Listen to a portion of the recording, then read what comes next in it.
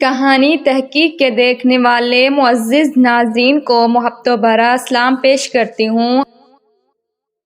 عمومی اصطلاح میں تو معجزات نبوی سے مراد حضرت محمد صلی اللہ علیہ وآلہ وسلم کے معجزات ہیں، مگر معجزہ کا کسی بھی نبی کی ذات سے وقوع ہونا اس نبی کا معجزہ کہلائے گا، یعنی کسی بھی نبی کی ذات سے صادر ہونے والا ایسا کام جو دوسروں کی عقل کو عاجز کر دے اور اس کا کوئی توڑ پیش نہ کیا جا سکے اور نہ ہی اس کا کوئی جواب دیا جا سکے، معجزات انبیاء کہلائیں گے۔ معجزات نبوی سے مراد صرف حضرت محمد صلی اللہ علیہ وآلہ وسلم کے معجزات ہیں۔ معجزات انبیاء کو کئی درجہ بندیوں میں تقسیم کر سکتے ہیں۔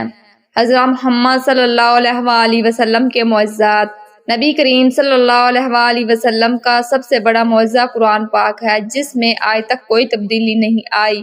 قرآن کے رموز و اسرار پر کتابیں لکھی جا سکتی ہیں قرآن کریم کی روح سے۔ علماء کے مطابق قرآن کریم کی سورۃ القمر کی پہلی آیت میں نبی کریم صلی اللہ علیہ وآلہ وسلم کے معجزہ کا ذکر ہے، یعنی شق القمر کا۔ کفار کے مطالبے پر نبی کریم صلی اللہ علیہ وآلہ وسلم نے انگلی کے اشارے سے چاند کے 2 ٹکڑے کر دیے تھے۔ روایات کے مطابق معراج شریف کا سفر آپ صلی اللہ علیہ وآلہ وسلم کا ایک شاندار معجزہ ہے۔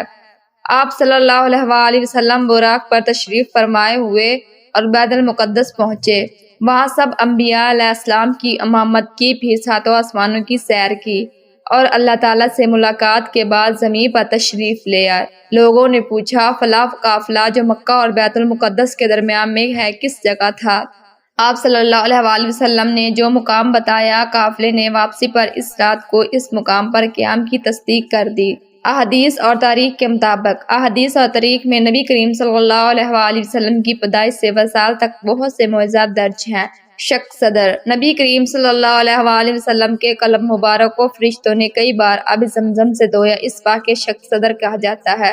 دیگر معجزات: نبی کریم صلی اللہ علیہ وآلہ وسلم کی دائی حلیمہ سعدیہ جب مکے آ رہی تھی تو ان کا گدھا سب سے رک رک کر چل رہا تھا۔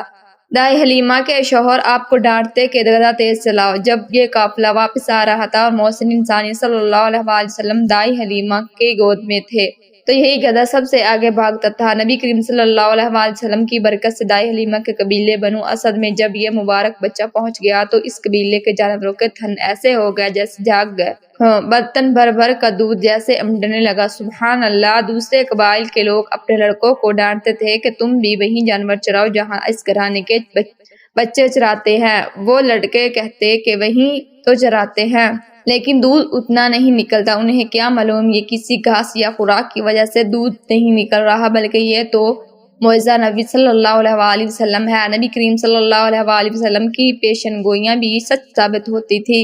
ایک بار آپ صلی اللہ علیہ وآلہ وسلم کعبۃ اللہ سے ٹیک لگائے بیٹھے تھے کہ ایک مسلمان نے اپنی کمر دکھائی جو کافروں کا تشدد کے باعث بری طرح جھلس کر زخمی ہو چکی تھی۔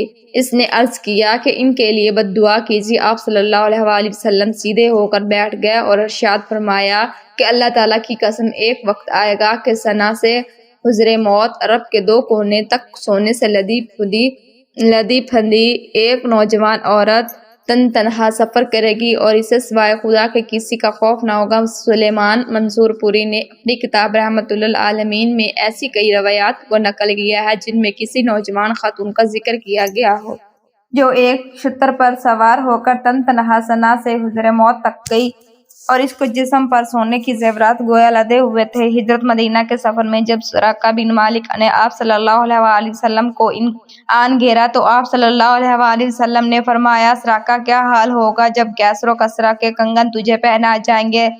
دور فاروقی رضی اللہ تعالیٰ عنہ میں جب ایران فتح ہوا تو اس وقت کے بادشاہ لوگ اپنے ہاتھوں میں قیمتی دھاتوں کے کنگن پہنایا کرتے تھے، اسی طرح دھاتوں کے کنگن پہنایا کرتے تھے۔ اسی طرح کے کنگن ایران سے مدینہ لائے گئے ہوں تو حضرت عمر نے سراقہ بن مالک کو بلاوا بھیجا۔ ان کے آنے پر اس بادشاہ کے کنگن پہنائے گئے اور ان کے دونوں بازو کندھوں تک ان قیمتی کنگنوں سے بھرے گئے۔ اسی سفر کے دوران میں جب آپ معبد کے خیمے میں پہنچے تو آپ صلی اللہ علیہ وآلہ وسلم سمیت پورے قافلے کو شدید بھوک لاحق تھی۔ اس خاتون کے ہاں ایک مریل بکری بندھی تھی۔ آپ صلی اللہ علیہ وآلہ وسلم نے ارشاد فرمایا کہ ہمیں کچھ کھانے کو دو تو اس نے عرض کی کچھ میسر ہوتا تو مانگنے کی نوبت نہ آتی۔ اس اس بکری کے بارے میں استفسار ہوا تو ام معبد نے کہا اس میں دودھ کا کیا سوال، یہ تو چلنے کے قابل ہی نہیں کہ ریوڑ کے ساتھ جاتی۔ آپ صلی اللہ علیہ وآلہ وسلم نے اس بکری کی کمر پر اپنا دست مبارک پھیرا اور اس خیمے کا سب سے بڑا برتن لا کر اس میں دودھ دوہنا شروع کیا گیا۔ مریل بکری جو چلنے سے قاصر تھی، دست نبی صلی اللہ علیہ وآلہ وسلم کے معجزے کے باعث اس کے تھنوں سے نکلنے والے دودھ سے وہ سب سے بڑا برتن لبالب بھر گیا۔ غزوہ احزاب جسے جنگ خندق بھی کہتے ہیں، اس جنگ میں کیبل جب خندق کھودی جا رہی تھی تو ایک بہت بڑا اور سخت پتھر حائل ہو گیا۔ بہت زور لگایا گیا لیکن نہ ٹوٹا۔ تب آپ صلی اللہ علیہ وآلہ وسلم کو اطلاع کی گئی۔ آپ صلی اللہ علیہ وآلہ وسلم تشریف لائے اور کدال سے ایک ضرب لگائی، چنگاریاں نکلی اور آپ صلی اللہ علیہ وآلہ وسلم نے فرمایا روم فتح ہو گیا۔ پھر دوسری ضرب لگائی، چنگاریاں نکلی اور آپ صلی اللہ علیہ وسلم نے فرمایا ایران فتح ہو گیا۔ پھر تیسری ضرب لگائی، چنگاریاں نکلی اور آپ صلی اللہ علیہ وسلم نے فرمایا خدا کی قسم بحرین کے سرخ مالات میں اپنی آنکھوں سے دیکھ رہا ہوں۔ بعد میں آنے والے دنوں میں روم اور ایران تو بہت جلد فتح ہو گئے اور روم کے بھی متعدد علاقے زیر اسلام آ گئے، صرف قسطنطنیہ کا شہر باقی رہ گیا۔ اس شہر کو فتح کرنے کے لیے اور نبی علیہ السلام کی پیشن گوئی پوری کرنے کے لیے کم و بیش 14 بادشاہوں نے لشکر کشی کی اور 800 سال بعد قسطنطنیہ کا یہ شہر بھی اسلام کے زیر نگین آ گیا اور سچے نبی کی پیشن گوئی پوری ہو گئی۔ غزوہ خندق کے موقع پر جب سب نے پیٹ پر پتھر باندھ رکھے تھے تو ایک صحابی رضی اللہ تعالیٰ عنہ اپنے گھر گیا اور بکری کا بچہ ذبح کیا اور ساتھ ہی گھر والوں کو میسر آٹے سے روٹیاں پکانے کا کہہ کر آپ صلی اللہ علیہ وآلہ وسلم کے پاس حاضر ہوئے اور کان مبارک میں عرض کی کہ 7-8 افراد کا کھانا تیار ہے، تشریف لے آئیے۔ آپ صلی اللہ علیہ وآلہ وسلم 60-70 افراد کے ساتھ پہنچ گئے۔ اس صحابی کے چہرے پر پریشانی کے آثار ہویدا دیکھ کر آپ صلی اللہ علیہ وآلہ وسلم نے ارشاد فرمایا تھالی ہٹائے بغیر سالن نکالتے رہو اور اوپر سے رومال ہٹائے بغیر روٹیاں نکالتے رہو۔ اسی طرح اس 7-8 افراد کے کھانے کو 60-70 افراد نے سیر ہو کر تناول کیا اور مہمانوں کے چلے جانے پر پہلے جتنا کھانا پھر بھی باقی دھرا تھا۔ سبحان اللہ! آپ صلی اللہ علیہ وآلہ وسلم کے دست مبارک میں شفا تھی۔ غزوہ خیبر کے موقع پر جب حضرت علی رضی اللہ تعالیٰ عنہ آنکھوں کی تکلیف میں مبتلا تھے تو آپ صلی اللہ علیہ وآلہ وسلم نے اپنا لعاب دہن ان کی آنکھوں میں لگا دیا اور اس کے بعد تا حیات حضرت علی رضی اللہ تعالیٰ عنہ آنکھوں کی تکلیف سے محفوظ رہے۔ ایک بار دودھ کے بھرے چھوٹے سے کٹورے میں آپ اپنی انگلیاں ڈال